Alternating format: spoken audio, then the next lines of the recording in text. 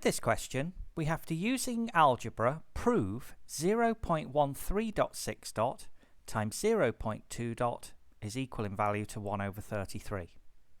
I think we've got two separate sums to do here, so what I would be tempted to do is to split the page.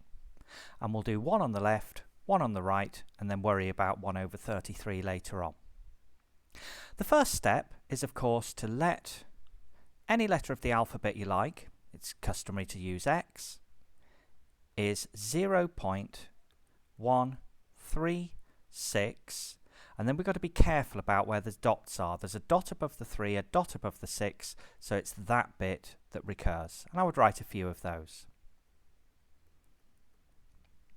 I then like to underline the first interesting number, which is this 3, the first number that recurs. I like to circle the next time it recurs, and I always like to get them directly after the decimal, so where the 1 is. It's nice to get the tough one in the right place first of all. That's got to make 1, 2, 3 jumps. So that would be 1 with 1, 2, 3 zeros after it. We're going to let 1000x be. And if we move that decimal 1, 2, 3 times to times by 1000, we get 136.363636. Now I'll get the underlined one in the right place. That's got to make 1 jump, so we'll times it by 1 with 1 0 after it. So 10x is, again, I do like to line up the decimals nicely, I find that helps.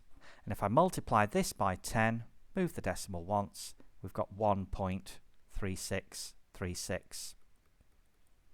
And the only way I can think of to get rid of the 0.3636 is to subtract these two. 1000x minus 10x is 990x. 136 minus 1, do be careful, people do write 136 there. Of course it's 135, and it's nice to move the 990 because we don't want 990 x's, we just want one of them. So x is 135 over 990. That bit of the question now done.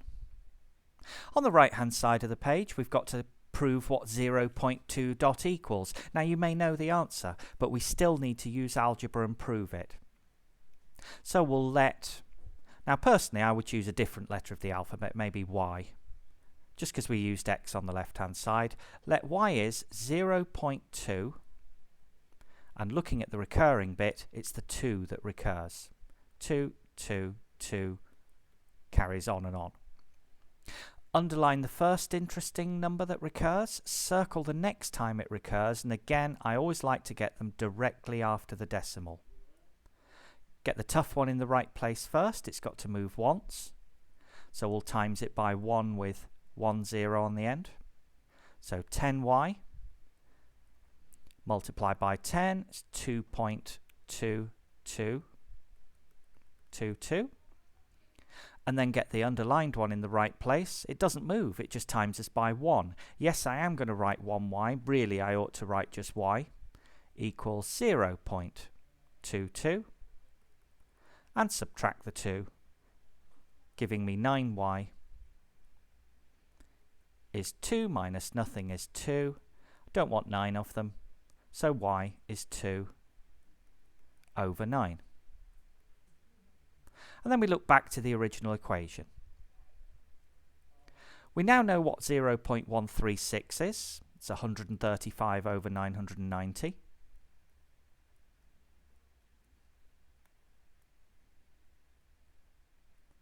And we're supposed to be timesing that by 2/9.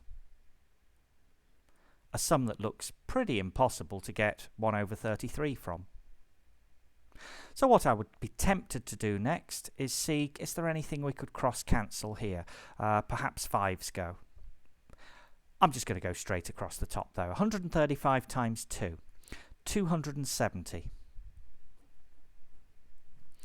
9 times 990 is a little bit fiddly, so I think I need to do that over here. 990 times by 9. Nothing times 9 is nothing. 9 9s are 81, 1 carry the 8. 9 times 9, 81, plus the 8, 89. So we get 8,910 on the denominator of the fraction. Now apparently that answer must equal 1 over 33, and I am that good at my times tables that I realise I can divide the numerator by 270, and I happen to know 8,910 divided by 270 is 33. Actually, I didn't know that, but the examiner would give me full marks for that as a perfect answer.